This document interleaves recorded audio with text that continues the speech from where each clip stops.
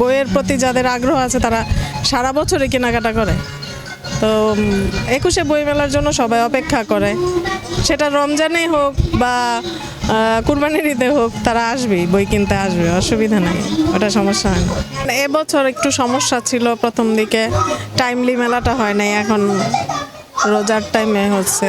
তারপরেও আলহামদুলিল্লাহ যেরকম আশা করেছিলাম ওই রকম, গত শুক্রবার দিন এত লোক হবে যে আশা করি নাই, কিন্তু তারপরেও হয়েছে ভালো এটা। আর বাচ্চাদের তো সবসময় বইয়ের প্রতি আকর্ষণ আছে, ছোট বাচ্চারা তারা বই দেখছে, কিনছে।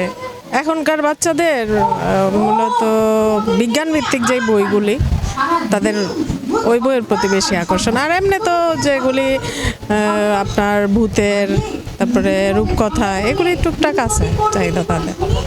সব আইটেমই চলে, তারপরে বিজ্ঞান ভিত্তিকটা একটু বেশি চলে।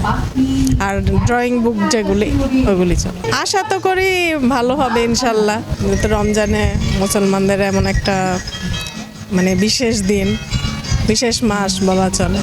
ওইখানে তারপরেও মানুষ বইয়ের প্রতি যাদের আগ্রহ আছে তারা সারা বছরই কেনাকাটা করে।